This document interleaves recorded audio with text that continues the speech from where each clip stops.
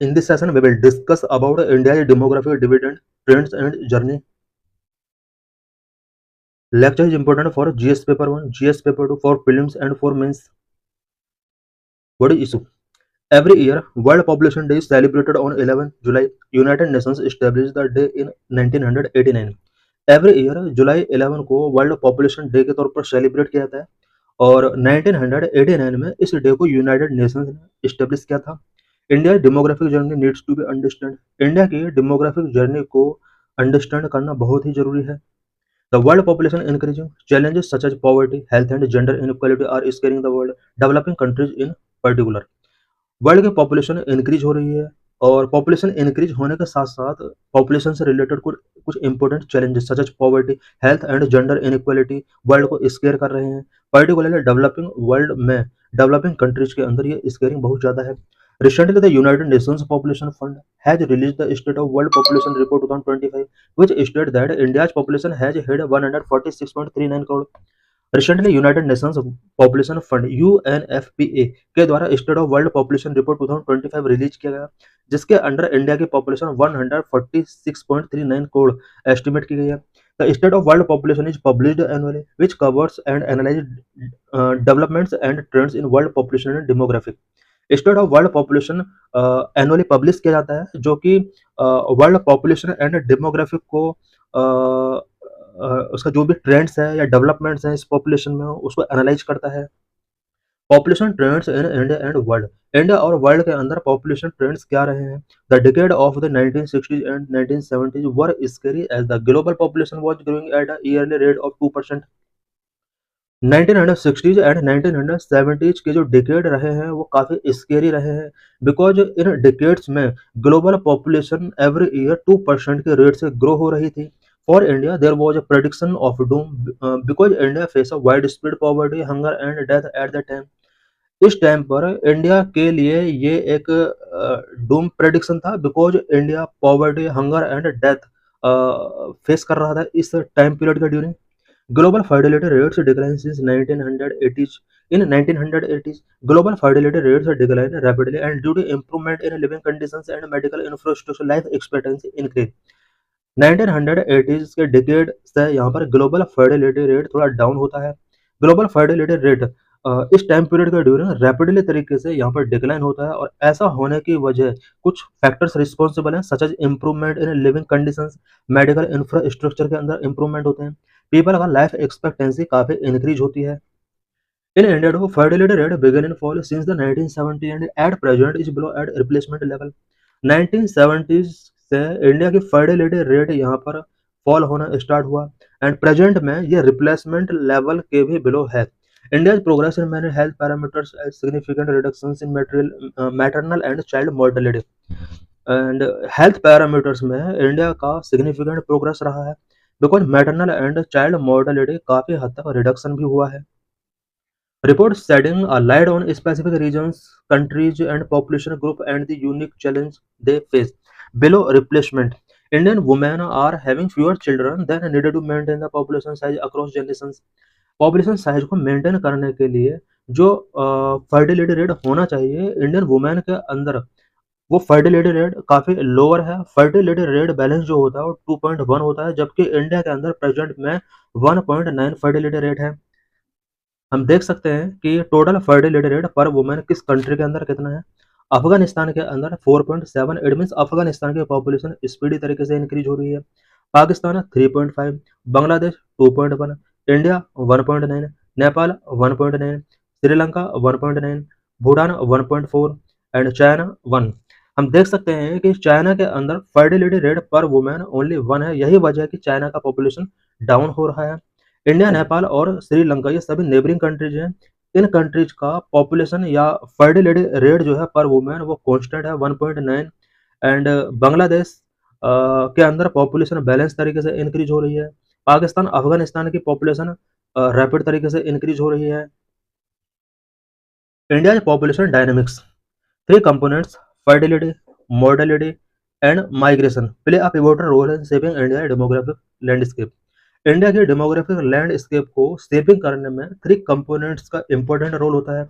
Number 1 fertility, number 2 mortality and migration. Fertility rate, India has made significant strides in reducing its fertility. India ने fertility को reduce करने के लिए significant strides taking किए हैं। Countries total fertility rate TFR has decline to 1.9, falling below the replacement level of 2.1। Country का total fertility rate 1.9 present में हो चुका है और 2.1 पहले था इसका fertility rate. It means country के अंदर फर्टिलिटी रेट 2.1 से प्रेजेंट में 1.9 तक आ चुका है। Total fertility rate measure the number of children a woman is expected to have throughout her reproductive age. Total fertility rate means कोई भी वुमेन अपने रिप्रोडक्टिव एज में कितने चिल्ड्रन बोर्न कर सकती है, ये टोटल फर्टिलिटी रेट होता है। Mortality rate, there has been a significant drop in the mortality rate as well. Mortality rate में भी सिग्निफिकेंट ड्रॉप आया है। The average life expectancy of Indians has also increased over time. With this India is experiencing a demographic shift towards an ageing population. Mortality rate reduce होने की वजह से life expectancy, average life expectancy Indians का increase हुआ है, जिसकी वजह से इंडिया के डेमोग्राफिक शिफ्ट शो हुए हैं टुवर्ड्स एजिंग पॉपुलेशन की तरफ ये मूव हुई है। Migration, migration and urbanisation are also critical issues. India के अंदर माइग्रेशन एंड अर्बनाइजेशन भी क्रिटिकल इश्यूज हैं। Rapid rural and urban migration is posing a threat to existing urban infrastructure. India के अंदर जिस तरह से रैपिडली रूरल से अर्बन माइग्रेशन हो रहा है, इसकी वजह से अर्बन इंफ्रास्ट्रक्चर के बिफोर काफ़ी चैलेंजेस पोज हुए हैं। Young workforce, India has largest young population in world. पूरे वर्ल्ड में लार्जेस्ट यंग पॉपुलेशन रखने वाला कंट्री बन चुका है India. India can harness the potential of its young workforce by creating employment. India इस वर्कफोर्स का यूज बेटर तरीके से कर सकता है एम्प्लॉयमेंट क्रिएट करके। Health care system, the decline in mortality and increase in life expectancy are reflection of a robust health care system and increase living standard. India के अंदर मॉर्टेलिटी रेट डिक्लाइन हो रहे हैं, लाइफ एक्सपेक्टेंसी इंक्रीज हो रहा है, ये कहीं ना कहीं रोबस्ट हेल्थ केयर सिस्टम को रिफ्लेक्ट कर रहा है। Ageing population, the issue of population ageing require a long term plan focusing on geriatric care and providing social security benefits. Population ageing से रिलेटेड इशू एक बड़ा इशू है India के अंदर, और इंडिया के अंदर geriatric care and social security benefits पर फोकस करना होगा। According to the 2011 census, individuals aged 60 years and above constitute 8.6% of the total population. 2011 census के अकॉर्डिंग इंडिया में 60 एंड 60 प्लस एज के टोटल परसेंट का शेयर 8.6% है। This number was 14 crore and 90 lakh in 2022, accounting for 10.5% of the total population. Current में ageing population India के अंदर 10.5% हो चुके हैं। पहले ये 2011 में 8.6% हुआ करते थे, बट अब ये 10.5% हो चुके हैं। इट मीन्स 14 करोड़ 90 लाख के आसपास 2020 का डाटा है। एजिंग पॉपुलेशन हमारे इंडिया के अंदर लिविंग कर रही है। जेंडर इनइक्वालिटी, जेंडर इनइक्वालिटी यानी important concern. Women labour force participation and political representation is very low, which can be a hurdle India's path of sustainable development goal to 2030। Women का labour force participation rate and political representation very low है, जो कि sustainable development गोल के path को hurdle कर सकता है, और 2030 तक हमें सस्टेनेबल डेवलपमेंट गोल अचीव करने हैं। India progress in the sustainable development goal in light of its population dynamics. India ने सस्टेनेबल डेवलपमेंट गोल को अचीव करने के लिए क्या प्रोग्रेस किया है। Adoption of Sustainable Development Goal.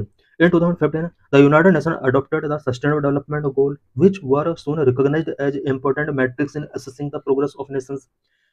2015 में यूनाइटेड नेशंस ने SDG को अडॉप्ट किया था, और SDG को कंट्रीज के प्रोग्रेस का एक कंट्रीज के प्रोग्रेस को असेस करने का एक इम्पोर्टेंट मैट्रिक भी इसको बना दिया गया। Target year of SDG is 2030। 2030 तक हमें SDG के टारगेट को अचीव करना है। 3 most important SDG which form the core of development. Number 1, no poverty. Number 2, zero hunger. Number 3, good health. ये कोर डेवलपमेंट है SDG के अंदर।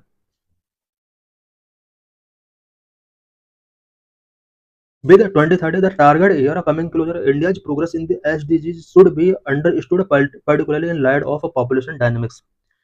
2030 तक हमें टारगेट अचीव करने SDG के, और ये काफ़ी क्लोज आने वाला है। अब इंडिया को चाहिए कि इंडिया ने सस्टेनेबल डेवलपमेंट गोल को अचीव करने के लिए क्या प्रोग्रेस किए हैं, और पॉपुलेशन डायनामिक्स के हिसाब से हमें इसको अंडरस्टैंड करना होगा। Number one, poverty. India made great leaps towards the goal of eradicating poverty. The proportion of the population living below the poverty line reduced from 48% to 10% between 90 and 2019.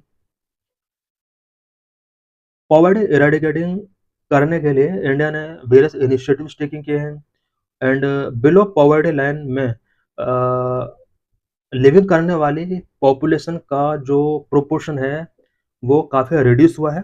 2019 में 1990 में जहां 48% पीपल बिलो पॉवर्टी लाइन से belong करते थे, वहीं 2019 में 10% तक reduce हो चुके हैं।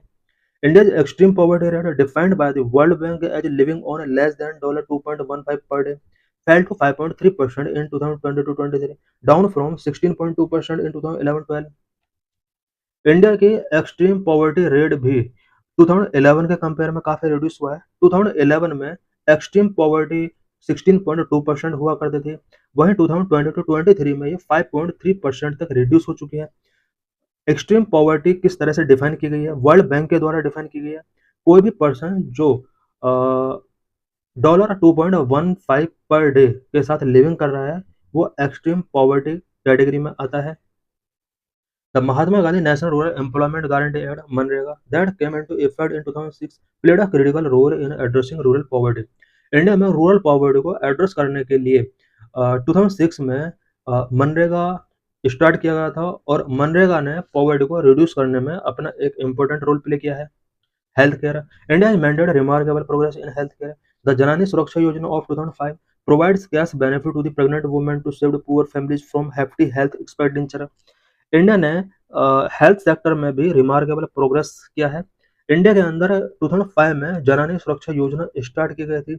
इस योजना के अकॉर्डिंग प्रेग्नेंट वुमेन को कैश बेनिफिट प्रोवाइड कराया जाता है। All the critical mortality indicators have seen study decline. India के अंदर मोर्टेलिटी इंडिकेटर्स में स्टडी डिक्लाइन शो हुए हैं। Nutrition and hunger, hunger and nutrition is a sector in crisis. Hunger and nutrition एक ऐसा सेक्टर है इंडिया के अंदर जो क्राइसिस फेस कर रहा है। As per the International Food Security Assessment, about 333.5 million people in India were food insecure in 22-23. India के अंदर अबाउट 333.5 मिलियन और about 33 crore people food insecure थे 2022-23 में। 63.3% of the rural population could not afford the cost of a required diet even with 100% of income spent on food. India के rural population का over about 63.3% population ऐसी है जो required diet के लिए food afford नहीं कर पा रहे थे। इवन अगर वो 100% अपने इनकम भी स्पेंड करते हैं तब भी वो रिक्वायर्ड डाइट टेकिंग नहीं कर पा रहे हैं। India has been ranked 105 out of 127 countries in the global hunger index 2025, placing it in the serious category for hunger level. 2025 के ग्लोबल हंगर इंडेक्स में इंडिया का रैंक 105 था आउट ऑफ 127 कंट्रीज। इस वजह से इंडिया को हंगर लेवल की serious category के अंदर प्लेसिंग किया गया है। In terms of nutrition, stunting, wasting and underweight among children below 5 years and anaemia among women post serious challenges. India के अंदर 5 ईयर्स से बिलो चिल्ड्रन के अंदर स्टंटिंग, वास्टिंग एंड अंडरवेट से रिलेटेड प्रॉब्लम्स हैं। वुमेन के अंदर एनीमिया से रिलेटेड प्रॉब्लम जो कि सीरियस चैलेंज पोज कर रही हैं। With the green revolution India became self sufficient in crop production. India के अंदर ग्रीन रेवोल्यूशन भी स्टार्ट किया गया था और क्रॉप प्रोडक्शन से रिलेटेड इंडिया ने सेल्फ सफिशिएंसी गेट की थी। The maternal mortality rate decrease from 384.4 in 2000 to 102.7 in 2020। Maternal mortality rate India के अंदर डाउन हुआ है। 2000 में 384.4 मैटरनल मोर्टेलिटी रेट था, वहीं 2020 में अब ये 102 तक रिड्यूस हो चुका है। The infant mortality rate also reduced from 66.7 death per 1000 live birth in 2000 to 25.5 death per 1000 live birth in 2021। India के अंदर इन्फेंट मोर्टेलिटी रेट 2000 में जहां 66.7 पर 1000 लाइव बर्थ हुआ करता था, 2021 में ये रिड्यूस होकर 25.5 डेथ पर 1000 लाइव बर्थ तक डिक्रीज हो चुका है। These achievements so that there has been a significant improvement in the quality and coverage of health care. ये जो अचीवमेंट हैं ये शो कर रहे हैं कि इंडिया के हेल्थ केयर में क्वालिटेटिव इम्प्रूवमेंट हुए हैं. Income and wealth inequality. According to Oxfam, top 1% of India's population hold 40% of the total wealth, and top 10% hold 77%. Country की टोटल वेल्थ की अगर बात की जाए तो टॉप 1% रिच पॉपुलेशन के अंडर 40% वेल्थ है, एंड टॉप 10% के अंडर में 77% वेल्थ का शेयर है. According to the world inequality report 2022, top 10% and top 1% of the population holding 57% and 22% of total national income. Country के टोटल नेशनल इनकम में top 1% rich person का share 22% है, top 10% का share 57% है. What needs to be looking into? Number one, acknowledge changing population dynamics during policies formation. Policies जिस time पर formulate की जाती है उस टाइम पर चेंजिंग पॉपुलेशन डायनेमिक्स को एक्नोलेज करना होगा. For India to achieve the SDG, the changing population dynamics has to be acknowledge within while forming policies. Sustainable development goal को अचीव करने के लिए चेंजिंग पॉपुलेशन डायनेमिक्स को policies formulating करने के ड्यूरिंग एक्नोलेज करना होगा. Number two, India needs to address income inequality. India को इनकम इनक्वालिटी को एड्रेस करना होगा. Number three, India needs a stronger safety net to save poor families. Poor families को सिक्योरिटी प्रोवाइड करने के लिए हमें कुछ इनिशिएटिव्स ले टेकिंग करने होंगे. स्ट्रॉन्गर सेफ्टी नेट उन्हें प्रोवाइड करना होगा. Number four, India needs to increase budgetary allocation for the health and nutrition sector. Health and nutrition sector के लिए बजटरी एलोकेशन को हमें इंक्रीज करना होगा. Number five, need to enhance gender equality. Gender equality को enhance करना होगा. A gender equal approach and empowerment of the vulnerable women can solve most issues and propel India's progress in sustainable development goal. India के sustainable development गोल के respect में progress को propel करने के लिए हमें जेंडर इक्वलिटी को इंक्रीज करना होगा. ज़्यादा से ज़्यादा हमें वुमेन को एम्पावर करना होगा. State of world population report 2025. 2025 का वर्ल्ड पॉपुलेशन रिपोर्ट से रिलेटेड क्या इंपॉर्टेंट फाइंडिंग्स रही हैं. Recently United Nations Population fund has release the state of world population report 2025. State of world population report United Nations Population Fund के द्वारा release किया जाता है. What are key highlights of the report? Population estimation. India's population is estimated to have reached 146.39 crore by April. India की population 146.39 crore तक reach हो चुकी है. India youth population remains significant with about 24% of the population in the age bracket of 0 to 14. 0 to 14 age bracket में आने वाली population 24% है, and 17% in the age bracket of 10 to 19, 26% in the age group 10 to 24, 68% of the population in India is of working age. It means India के अंदर working as 15 to 64 years की जो population है 68% population है जो working as population है. Fertility rate. Country's total fertility rate has declined to 1.9, falling below the replacement level of 2.1. The total fertility rate measures the number of children a woman is expected to have throughout her reproductive age. India में fertility rate भी काफी down हो रहा है. Life expectancy. The average life expectancy for an Indian male is projected 71 and 74 for female. India के अंदर life expectancy जो है वो 71 प्रोजेक्ट की गई है मेल के लिए एंड 74 वुमेन के लिए प्रोजेक्ट की गई है. Elderly population currently stand at 7%, that is expected to rise in coming decades as life expectancy improve. Elderly population भी इंडिया में 7% तक इंक्रीज हो चुकी है और कमिंग ईयर्स में ये इम्प्रूव हो सकती है. Slowing population. The population is expected to grow to 170 crore before starting to dip in about 40 years. Population जो हमारी इंक्रीज होगी 170 करोड़ तक इंक्रीज होने के बाद, ग्रोथ होने के बाद, इट मीन्स अब से लगभग 40 ईयर्स के बाद पॉपुलेशन डिप होना स्टार्ट होगा. 170 जैसे ही पॉपुलेशन हमारा होगा उसके बाद ये डाउन होना शुरू हो जाएगी. Replacement level total fertility rate. Replacement level total fertility is the rate needed for each generation to replace the previous generation population. Total fertility rate, replacement level total fertility rate क्या होता है? ये एक population increase का एक ऐसा rate है जिसमें प्रीवियस जनरेशन पॉपुलेशन को रिप्लेस करने के लिए एक न्यू जनरेशन आती है, ये replacement level total fertility rate होता है। What is the UNFPA? United Nation population fund क्या होता है? Is a subsidiary organ of the UN General Assembly and works as a sexual and reproductive health agency. UNFPA United Nation General Assembly का एक subsidiary organ है जो कि sexual and reproductive health agency के तौर पर वर्क करता है। UN economic and social council E के C O S O C establish its mandate. United Nation के इकोनॉमिक एंड सोशल काउंसिल ने इसके मैंडेट को इस्टेब्लिश किया था। Establishment established as a trust fund in 1967 and began operations in 1969। Starting में UNFPA को एक ट्रस्ट फंड के तौर पर 1967 में इस्टेब्लिश किया गया था।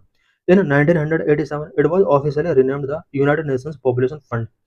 1987 में इसको officially United Nations Population Fund के तौर पर रिनेमिंग किया गया था। Original abbreviation UNFPA for United Nations Fund for Population Activities was retained. पहले इसका नाम जो था यूएनएफपीए का United Nations Fund for Population Activities था। Objective UNFPA work directly to tackle sustainable development goal on health sustainable development गोल 3 के under mention किया गया। एजुकेशन सस्टेनेबल डेवलपमेंट गोल 4 के अंदर मेंशन किया गया। जेंडर इक्वालिटी 5 के अंदर मेंशन किया गया है। यूनाइटेड नेशंस पॉपुलेशन फंड जो है वो सस्टेनेबल डेवलपमेंट गोल को टेकल करता है। सस्टेनेबल डेवलपमेंट गोल 3, 4, 5 को स्पेशली टेकल करता है। Fund UNFPA is not supported by UN budget. UN budget के द्वारा इसको सपोर्ट नहीं किया जाता है। Entirely supported by voluntary contributions of donor government inter governmental organisations the private sector foundations and individuals. UNFPA को डायरेक्टली यूएन बजट के द्वारा सपोर्ट नहीं किया जाता है, बल्कि इसको donor government inter government organisation private sector foundations and individual के द्वारा इसको फंडिंग किया जाता है। This is P Y Q related to this article.